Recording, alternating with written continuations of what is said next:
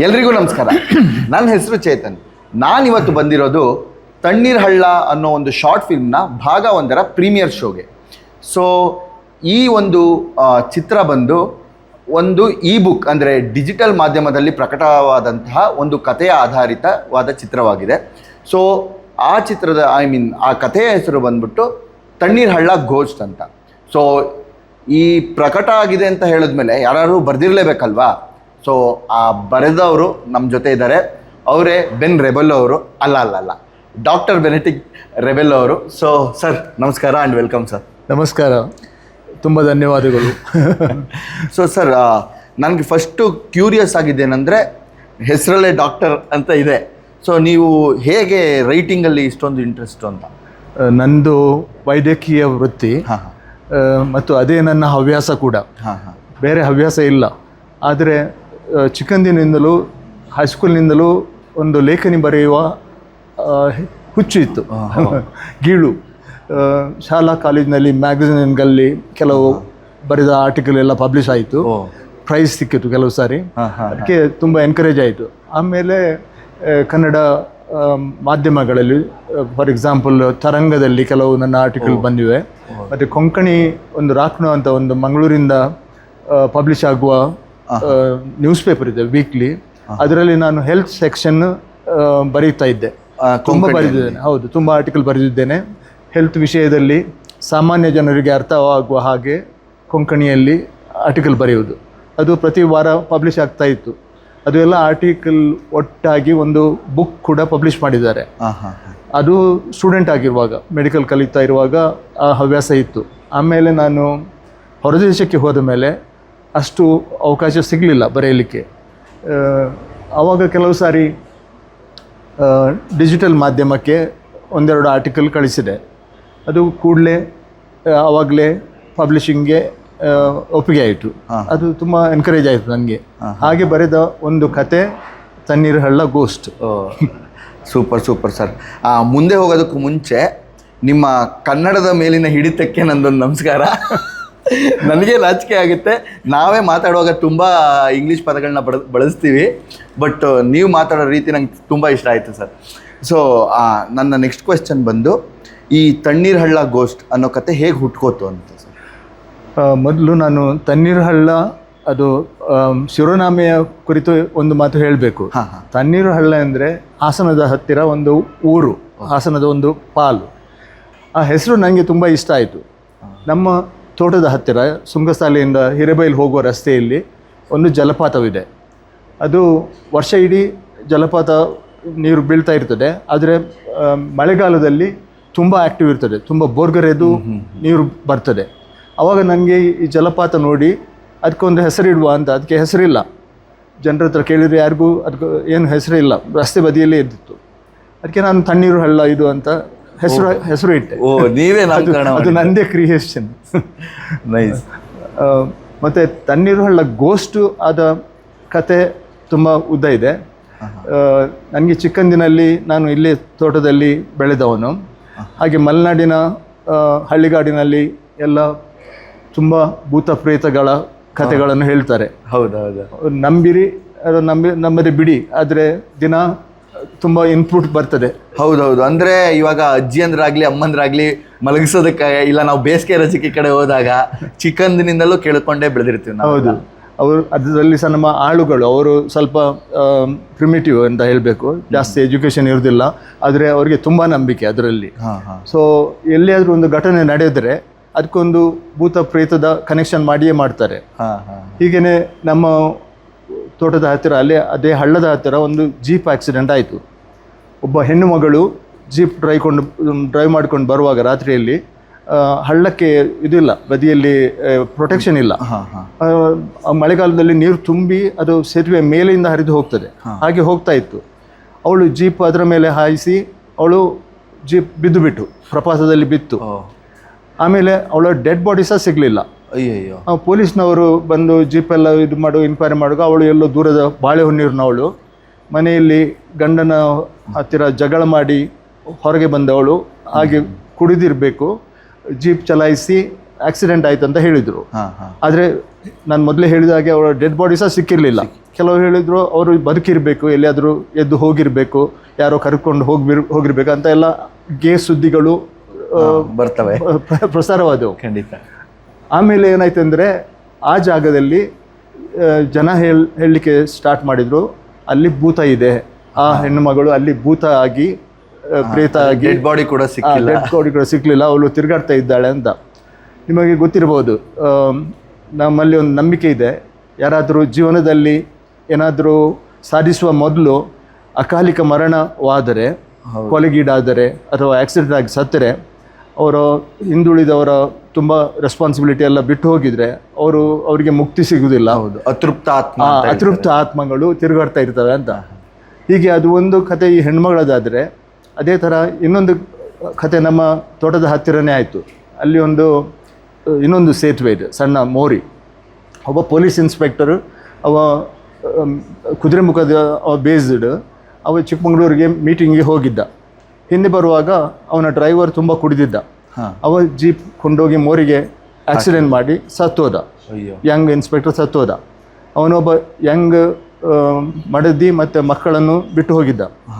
ಅವ ಸಹ ಭೂತ ಆಗಿ ಅಲ್ಲಿ ಸುತ್ತಾಡ್ತಿದ್ದಾನೆ ಅಂತ ಜನ ಆಡ್ತಾರೆ. ನಮ್ಮ ಜನ ಎಲ್ಲ ಅವರನ್ನು ನೋಡಿದ್ದಾರೆ, ಫುಲ್ ಯೂನಿಫಾರ್ಮ್ನಲ್ಲಿ ನಿಂತು ಯಾರಾದರೂ ತುಂಬ ಸ್ಪೀಡಲ್ಲಿ ಕಾರ್ ಓಡಿಸಿದ್ರೆ ಸಿಗ್ನಲ್ ಮಾಡ್ತಾರೆ, ಸ್ಲೋ ಮಾಡಂತ ಅಂತ ಹಾಗೆ ಹೀಗೆ ಹೇಳ್ತಾರೆ. ಮತ್ತು ಅವರು ನಡ್ಕೊಂಡು ದಾರಿಯಲ್ಲಿ ನಮ್ಮ ತೋಟದವರೆಗೆ ಬರ್ತಾರೆ. ಆದರೆ ನಮ್ಮಲ್ಲಿಗೆ ಬರೋದಿಲ್ಲ, ಯಾಕಂದರೆ ನಮ್ಮಲ್ಲಿ ಒಂದು ಚಾಮುಂಡಿ ದೇವಿಯ ಗುಡಿ ಇದೆ, ಅದು ದಾಟಿ ಬರೋದಿಲ್ಲ ಅಂತ ಜನ ಹೇಳ್ತಾರೆ. ನಂಬಿಕೆ. ಸೊ ಇಂಥ ಕಥೆಗಳೆಲ್ಲ ಇದರಲ್ಲಿ ಇದೆ. ಇದನ್ನೆಲ್ಲ ಸೇರಿಸಿ ಒಂದು ಕತೆ ಮಾಡಿದ್ದೀರಾ? ಹೌದು. ಸೊ ಸರ್, ಅಂದರೆ ಇವಾಗ ನಿಮ್ಮ ನಂಬಿಕೆಗೆ ಬರೋಣ. ಈ ಥರ ಕಥೆಗಳನ್ನ ನೀವು ಕೇಳಿದಾಗ ಚಿಕ್ಕಂದಿನಿಂದಲೂ ಕೇಳ್ಕೊಂಡು ಬೆಳೆದಿದ್ದೀರಾ, ನಿಮ್ಮ ಅಭಿಪ್ರಾಯ ಏನಿತ್ತು ಇದ್ರ ಮೇಲೆ? ನನಗೆ ನಂಬಿಕೆ ಇಲ್ಲ, ನಾನು ಭೂತಗಳನ್ನು ಪೂಜಿಸುವುದು ಇಲ್ಲ. ಆದರೆ ನಾನು ಇಂಗ್ಲೀಷಲ್ಲಿ ಹೇಳುವುದಾದ್ರೆ, ನನಗೆ ಐ ಕೀಪ್ ರೆಸ್ಪೆಕ್ಟ್. ನನಗೆ ಏನೋ ಇದೆ, ಒಂದು ಅವ್ಯಕ್ತ ಶಕ್ತಿ ಇರ್ಬೋದು, ಇಲ್ದಿದ್ರೆ ಅಷ್ಟು ಜನ ಕಟ್ಟುಕತೆಗಳನ್ನು ಮಾಡಲಿಕ್ಕೆ ಸಾಧ್ಯ ಇಲ್ಲ. ಅದಕ್ಕಾಗಿ ನಾನು ಕೀಪ್ ಸೇಫ್ ಡಿಸ್ಟೆನ್ಸ್ ಅಂತ. ನಾನು ಅವರನ್ನು ನಂಬುದಿಲ್ಲ, ಆದರೆ ನಾನು ಅವರನ್ನು ತೆಗೊಳ್ಳೋದು ಇಲ್ಲ. ಹಾಗಂತ ನೀನು ತಪ್ಪು ಅಂತಾನೂ ಹೇಳೋದು ಇಲ್ಲ. ಅವರವರ ನಂಬಿಕೆ ಅವರವ್ರಿಗೆ. ನಾನು ಪ್ರೊಫೆಷನಲ್ಲಿ ಮೆಡಿಸಿನ್, ಅದಕ್ಕಾಗಿ ಸೈಂಟಿಫಿಕ್ ಇದು ಥಿಂಕಿಂಗ್. ಅದಕ್ಕೆ ಭೂತ ಪ್ರೇತಗಳಲ್ಲಿ ನಂಬಿಕೆ ಇರಲಿಕ್ಕೆ ಸಾಧ್ಯ ಇಲ್ಲ ನನಗೆ. ಆದರೆ side by side, as I said, I respect. ನನಗೇನು ಭೂತದ ಉಪದ್ರ ಬೇಡಪ್ಪ, ನಾನು ಯಾಕೆ ಅಂತ ಹೀಯಾಳಿಸುವುದೂ ಇಲ್ಲ. ಹೌದೌದು. ಸೊ ಸರ್, ಸಾಮಾನ್ಯವಾಗಿ ಇವಾಗ ಒಬ್ಬರು ಪೊಲೀಸ್ ಇರ್ತಾರೆ ಅಂತ ಅಂದ್ಕೊಳ್ಳಿ, ಅವರು ಏನಾದರೂ ಬುಕ್ ಬರೆದ್ರೆ ಅವರು ಅದ್ರ ರಿಲೇಟೆಡ್, ಇನ್ವೆಸ್ಟಿಗೇಷನ್ ರಿಲೇಟೆಡ್ ಅಂತ ಮಾಡ್ತಾರೆ. ಹಾಗೆ ನೀವು ಡಾಕ್ಟರು, ಯೂಶಲಿ ಜನ ಏನೇ ನಿರೀಕ್ಷೆ ಮಾಡ್ತಾರೆ ನಿಮ್ಮಿಂದ ಅಂತ ಅಂದರೆ, ನೋಡಿ ನಿಮ್ಮಿಂದ ಕನ್ನಡ ಜಾಸ್ತಿ ಉಳಿಸ್ತಾ ಇದ್ದೀನಿ ನಾನು. ಸೊ ಜನ ನಿಮ್ಮಿಂದ ನಿರೀಕ್ಷೆ ಮಾಡೋದೇನೆಂದರೆ, ಇವ್ರು ಯಾವುದೋ ಒಂದು ಮೆಡಿಕಲ್ ಥ್ರಿಲ್ಲರ್ ಮಾಡಿರ್ಬೋದು, ಅಥವಾ ಈ ಇನ್ಫಾರ್ಮೇಟಿವ್ ರೈಟಿಂಗ್ ಏನಾದರೂ ಸ್ಟೋರಿ ಬರೆದಿರ್ಬೋದು ಅಂತ. ಬಟ್ ಸಡನ್ ಈ ಥರ ತಿರುವು ಏನಕ್ಕೆ? ಈ ಥರ ಥ್ರಿಲ್ಲರು, ಹಾರರು ಎಲ್ಲ ಇಲ್ಲ. ನಾನು ಆ ಕಡೆ ಸಹ ಇದ್ದೇನೆ, ಈ ಕಡೆ ಸಹ ಇದ್ದೇನೆ. ನಾನು ಹೇಳಿದಾಗೆ ಮೊದಲು ಸ್ಟೂಡೆಂಟ್ ಟೈಮಲ್ಲಿ ಮೆಡಿಕಲ್ ಆರ್ಟಿಕಲ್ ತುಂಬ ಬರೆದಿದ್ದೇನೆ, ಮೆಡಿಕಲ್ ಥ್ರಿಲ್ಲರ್ ಸಹ ಬರೆದಿದ್ದೇನೆ. ಎಲ್ಲ ಅದು ಕೆಲವು ಪತ್ರಿಕೆಗಳಲ್ಲೆಲ್ಲ ಪ್ರಕಟವಾಗಿವೆ ಆವಾಗ.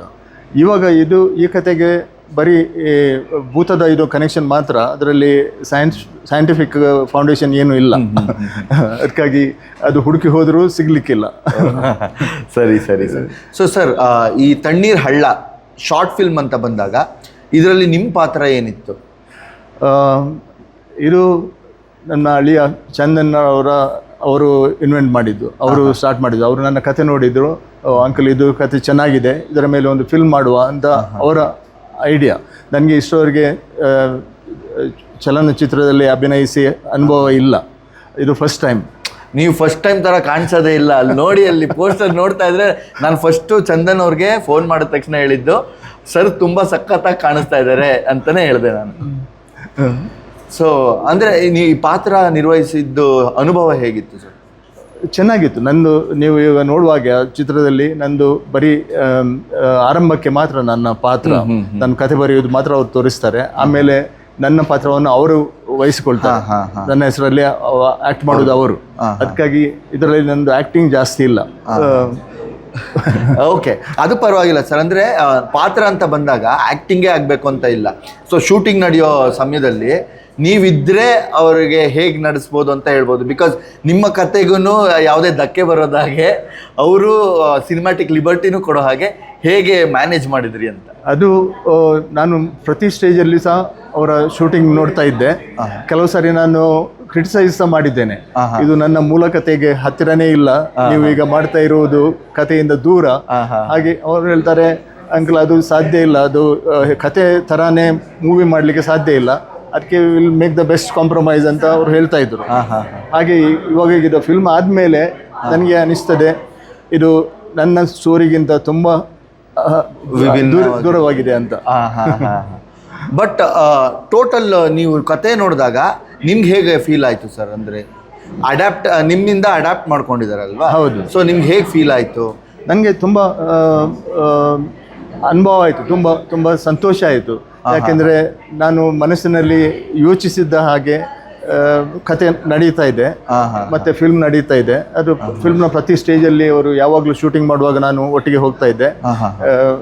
ಆನ್ ದ ಸ್ಪಾಟ್ ಶೂಟಿಂಗ್ ಅಲ್ಲಿ ಮಾಡುವಾಗ ಸ್ವಲ್ಪ ಸಜೆಷನ್ ಕೊಡ್ತಾ ಇದ್ದೆ, ಹಾಗೆ ಮಾಡಿ ಹೀಗೆ ಮಾಡಿ, ಆ ಮೋರಿಯನ್ನು ಹೀಗೆ ತೋರಿಸಿ ಅದೆಲ್ಲ ಮಾಡ್ತಾ ಇದ್ದೆ. ಆದರೆ ನಾನು ತುಂಬ ಎಂಜಾಯ್ ಮಾಡಿದ್ದೇನೆ ಇಡೀ shooting experience. Super sir. So ಈ ಥರ ಈ ಕತೆ ಅಥವಾ ಶೂಟಿಂಗ್ ನಡೆಯೋ ಟೈಮಲ್ಲಿ ಅಳಿಯ ಮಾವನ ಮಧ್ಯೆ ಕಾನ್ಫ್ಲಿಕ್ಟ್ ಆದಾಗ ಮಗಳು ಬಂದು ಏನಾದರೂ ಸಾಲ್ವ್ ಮಾಡಿದ್ದು ಯಾವ್ದಾದ್ರು ಘಟನೆ ನಡೀತಾ? ಹಾಗೆ ಆಗಲಿಲ್ಲ. ಅಳಿಯವರು ತುಂಬ ಸಾಫ್ಟ್, ಅವರೇ ನಿಮ್ಮನ್ನ ಕನ್ವಿನ್ಸ್ ಮಾಡಿಬಿಟ್ರ ಅಂತ ಹೇಳಿ ಹೀಗೆಲ್ಲ ಅಂಕಲ್ ಈ ಥರ ಅಂತ ಹೇಳ್ಬಿಟ್ರು? ಇಲ್ಲ ಅವರು. Okay sir. ಸೊ ಸರ್, ಇವಾಗ ನೀವು ನಿಸ್ಸೀಮ ಅಂತಲೇ ಹೇಳ್ಬೋದು ಕತೆ ಬರೆಯೋದ್ರಲ್ಲಿ. ಇವಾಗ ಈ ಶಾರ್ಟ್ ಫಿಲ್ಮ್ ಆಗಲಿ ಇದೆಲ್ಲ ನಿಮಗೆ ಹೊಸದು, ಅಂದರೆ ನೀವು ನೋಡಿರ್ತೀರಾ, ಆ್ಯಕ್ಟ್ ಕೂಡ ಮಾಡಿದ್ದೀರಾ. ಬಟ್ ಈಗ ಇದರಲ್ಲಿ ನಿಮಗೆ ಫಸ್ಟ್ ಟೈಮ್ ನೋಡ್ತಿರೋದ್ರಿಂದ ನಿಮಗೆ ಬರೆಯೋದಕ್ಕೂ ಮತ್ತು ಇಲ್ಲಿ ಎಕ್ಸಿಕ್ಯೂಷನ್ಗೂ ಏನು ಡಿಫ್ರೆನ್ಸ್ ಅಂತ ಅನ್ನಿಸ್ತು? ತುಂಬ ಡಿಫ್ರೆನ್ಸ್ ಇದೆ. ಇದು ರಾತ್ರಿ ಹಗಲು ಡಿಫ್ರೆನ್ಸ್ ಇದೆ. ಬರೆಯುವಾಗ ಸುಲಭ, ನಾವು ಯೋಚಿಸ್ತೇವೆ, ಅದನ್ನು ಪೇಪರ್ನಲ್ಲೇ ಹಾಕ್ತೇವೆ. ಆದರೆ ಅದನ್ನೇ ಚಿತ್ರೀಕರಣ ಮಾಡುವಾಗ ಅವ್ರಿಗೆ ತುಂಬ ಕಷ್ಟ ಇದೆ, ಅದೇ ಥರ ಮಾಡಲಿಕ್ಕೆ ಆಗೋದಿಲ್ಲ. ಹೌದು. ನಾನು ಅವ್ರಿಗೆ ಹೇಳ್ಬೋದು ಅಷ್ಟೇ, ನಾನು ಹೀಗೆ ಯೋಚಿಸಿದ್ದು ಅಂತ ಸಜೆಷನ್ ಕೊಟ್ಟಿದ್ದೇನೆ. ಆದರೆ ಅವರು ಚಿತ್ರೀಕರಣ ಮಾಡುವಾಗ ತುಂಬ ಚೇಂಜಸ್ ಆಗಿದೆ. ಸೊ ಸರ್, ಈ ಮಾತು ನಾನು ಎಲ್ಲೋ ಕೇಳಿದ್ದು, ಒಂದು ಕತೆ ಸೃಷ್ಟಿ ಆದಮೇಲೆ ನಮ್ಮ ಇಮ್ಯಾಜಿನೇಷನ್, ಡೈರೆಕ್ಟರ್ ಇಮ್ಯಾಜಿನೇಷನ್ನ ಒಂದು 40% ಅಥವಾ 50% ಸಿನಿಮಾದಲ್ಲಿ ಬಂದರೆ ಅದು ಸೂಪರ್ ಹಿಟ್ ಅಂತ ಹೇಳ್ತಾರೆ. ಸೊ ನಿಮ್ಮ ಇಮ್ಯಾಜಿನೇಷನ್ ಪ್ರಕಾರ ಇದರಲ್ಲಿ ಎಷ್ಟು % ಬಂದಿರ್ಬೋದು? ಒಂದು 60% ಬಂದಿದೆ. ಹೌದಾ? 60% ಬಂದಿದೆ. ಹಾಗಾದ್ರೆ ನಿಮ್ಮ ಅಳಿಯ ನಿಮ್ಮನ್ನ ತುಂಬಾ ಚೆನ್ನಾಗಿ ಅರ್ಥ ಮಾಡ್ಕೊಂಡಿದ್ದಾರೆ ಅಂತ ಹೇಳ್ಬೋದು. ಹೌದು. Super sir. ಸೊ ಇದರಲ್ಲಿ ಈಗ ಭಾಗ 1 ಅಂತ ಹಾಕಿದ್ದಾರೆ. ಹೌದು. ಸೊ ಎಷ್ಟು ಪಾರ್ಟ್ಸ್ ಅಲ್ಲಿ ಇದೆ ಸರ್ ಈ ಕತೆ? 3 ಪಾರ್ಟ್ ಮಾಡುವ ಆಲೋಚನೆ ಇದೆ. ಭಾಗ 2 ಪೇಪರಲ್ಲಿದೆ, ಆದರೆ 3 ಮತ್ತೆ ಅದರ ರೆಸ್ಪಾನ್ಸ್ ಎಲ್ಲ ನೋಡಿ ಮಾಡುವ ಅಂತ ಇದ್ದೇನೆ. ಭಾಗ 2 ಸಹ ಮೇ ಬಿ ಕಂಟಿನ್ಯೂಯೇಷನ್, ಅದೇ ಭೂತ ಪ್ರೇತಗಳ ಮೇಲೆ ಹೆಣೆದ ಸ್ಟೋರಿ ಇರ್ಬೋದು. ಅದು ನಾನು ಈಗ ಒಂದು ಸ್ಕೆಲೆಟನ್ ಬರೀತಾ ಇದ್ದೇನೆ. ಅದು ಸಕ್ಸಸ್ ಆದರೆ ಭಾಗ 2 ಮಾಡ್ತೇವೆ. ಸೂಪರ್ ಸರ್, ನಿಮ್ಮ ರೈಟಿಂಗ್ ಪ್ರಾಸೆಸ್ ಹೇಗಿರುತ್ತೆ ಅಂತ ತಿಳ್ಕೊಬೋದಾ? ಅಂದರೆ ಈ ಜನರಲ್ ಈ ಕತೆ ಬಿಟ್ಟು ಜನರಲ್ ಆಗಿ ಈಗ ನಾನು ಔಟ್ ಆಫ್ ಕ್ಯೂರಿಯಾಸಿಟಿ ಕೇಳ್ತಾ ಇರೋದು, ಏನಕ್ಕೆ ಅಂದರೆ ನೀವು ಅಷ್ಟು ಬರೆದಿದ್ದೀರಾ ಅಂತ ನಾನು ಫಸ್ಟ್ ಟೈಮ್ ತಿಳ್ಕೊತಾ ಇರೋದು, ನನಗೆ ಒಂಥರ ಹೊಸ ವಿಷಯ ಇದು. ಸೊ ನಿಮ್ಮ ರೈಟಿಂಗ್ ಪ್ರಾಸೆಸ್ ಹೇಗಿರುತ್ತೆ ಸರ್? ಅಂದರೆ ನಿಮ್ಮ ಸಡನ್ನಾಗಿ ಒಂದು ಆಲೋಚನೆ ಬಂದು ಬರೆಯೋದಕ್ಕೆ ಶುರು ಮಾಡ್ತೀರಾ, ಇಲ್ಲ ಬರಿಬೇಕು ಅಂತ ಆಲೋಚನೆ ಮಾಡೋದಕ್ಕೆ ಶುರು ಮಾಡ್ತೀರಾ? ಆನೆಸ್ಟ್ ಆಗಿ ಹೇಳುವುದಾದರೆ, ಇದು ತಣ್ಣೀರ್ ಹಳ್ಳ ನಾನು ಬರೆದದ್ದು. ನಾನು ಸ್ಪೇನ್ ದೇಶದಲ್ಲಿ ಡಾಕ್ಟರ್ ಆಗಿ ಕೆಲಸ ಮಾಡ್ತಾ ಇದ್ದೆ. ಅವಾಗ ನೈಟ್ ಡ್ಯೂಟಿ ICUನಲ್ಲಿ ಇರ್ತಿದ್ದೆ. ಅದು ತುಂಬ ಸ್ಟ್ರೆಸ್ಫುಲ್ ಡ್ಯೂಟಿ. ಅದು ಎಲ್ಲ patient just before the death they come to us. ಹಾಗೊಂದು ಡೆತ್ ಆದಮೇಲೆ ತುಂಬ ಡಿಪ್ರೆಷನ್ ಆಗ್ತಿತ್ತು. ಅವಾಗ ಸುಮ್ಮನೆ ಇದು ಮಾಡಲಿಕ್ಕೆ, ಡೈವರ್ಷನ್ ಮಾಡಲಿಕ್ಕೆ ಒಂದು ಕತೆ ಬರೀತಾ ಇದ್ದೆ. ಹಾಗೆ ಕೆಲವು ಕತೆಗಳನ್ನು 3 ನೈಟ್ಗಳಲ್ಲಿ ಬರೆದು ಬಿಟ್ಟಿದ್ದೇನೆ ನಾನು. ಅದು ಸುಮ್ಮನೆ ಡೈವರ್ಸ್ ಮಾಡಲಿಕ್ಕೆ ಮತ್ತೆ ಅದಕ್ಕಾಗಿ ಬರೆದದ್ದು. ನಿಮ್ಮ ಮೈಂಡ್ ಡಿವರ್ಷನ್ಗೋಸ್ಕರ ಬರೆದ ಕತೆಗಳು ಇವಾಗ ಸಿನಿಮಾ ರೂಪಕ್ಕೆ ಬರ್ತಾ ಇದೆ. ಹೌದು. ಇನ್ನೂ ಎಷ್ಟು ಕತೆಗೆ ಬಂದಿದೆಯೋ ಅದೆಲ್ಲ ಕತೆಗಳು ಕೂಡ ಸಿನಿಮಾ ಆಗಲಿ ಅಂತ ಆಶಿಸ್ತೀನಿ sir. Thank you. Okay. So sir, thank you ಇಷ್ಟೊತ್ತು ನಮ್ಮ ಜೊತೆ ಮಾತಾಡಿದ್ದಕ್ಕೆ ಟೈಮ್ ಮಾಡಿಕೊಂಡು. ಯಾಕಂದರೆ ಈ ಟೈಮಲ್ಲಿ ನೀವು ಇನ್ನೂ 2 ಕತೆ ಬರೆದ್ಬಿಡ್ತಿದ್ರಿ ಅನ್ನಿಸ್ತಾ ಇದೆ ನನಗೆ. ಸೊ ಪ್ರೀಮಿಯರ್ ಇನ್ನೇನು ಶುರು ಆಗ್ತಾ ಇದೆ. ಸೊ ಇವಾಗ ಬಂದಿರೋ ಆಡಿಯನ್ಸ್ಗೆ ಏನು ಹೇಳೋಕ್ಕೆ ಇಷ್ಟಪಡ್ತೀರಾ? ಆ್ಯಂಡ್ ಇವಾಗ ಪ್ರೀಮಿಯರ್ ಆಗುವಾಗ ಯೂಟ್ಯೂಬಲ್ಲೂ ಸ್ಟ್ರೀಮ್ ಆಗುತ್ತೆ. ಸೊ ಆ ಆಡಿಯನ್ಸ್ಗೆ ಏನು ಹೇಳೋಕ್ಕೆ ಇಷ್ಟಪಡ್ತೀರಾ ಸರ್? ಅದೇ ನಮ್ಮದು ಮೊದಲ ಅನುಭವ, ಆದರೆ ಕತೆ ಚೆನ್ನಾಗಿ ಬಂದಿದೆ, ಫಿಲ್ಮ್ ಚೆನ್ನಾಗಿ ಆಗಿದೆ. ಅದಕ್ಕಾಗಿ ದಯವಿಟ್ಟು ಎಲ್ಲ ವೀಕ್ಷಿಸಿ ನಿಮ್ಮ ಅನಿಸಿಕೆಗಳನ್ನು ನಮಗೆ ಕಳಿಸಿದರೆ ತುಂಬ ಉಪಕಾರ ಆಗ್ತದೆ. ಮುಂದಿನ ಕತೆ ಬರೆಯಲಿಕ್ಕೆ ತುಂಬ ಇಂಟ್ರೆಸ್ಟ್ ಆಗ್ತದೆ. ಸೊ ಅನಿಸಿಕೆನ ನೀವು ಕಳಿಸಲೂಬಹುದು, ಇಲ್ಲ ಅಂದರೆ ಅಲ್ಲೇ ಯೂಟ್ಯೂಬಲ್ಲಿ ಕಮೆಂಟ್ ಕೂಡ ಮಾಡ್ಬೋದು. ಮಿಸ್ ಮಾಡದೆ ಕಮೆಂಟ್ ಮಾಡಿ. 7 ಗಂಟೆಗೆ ಸ್ಟ್ರೀಮ್ ಆಗುತ್ತೆ.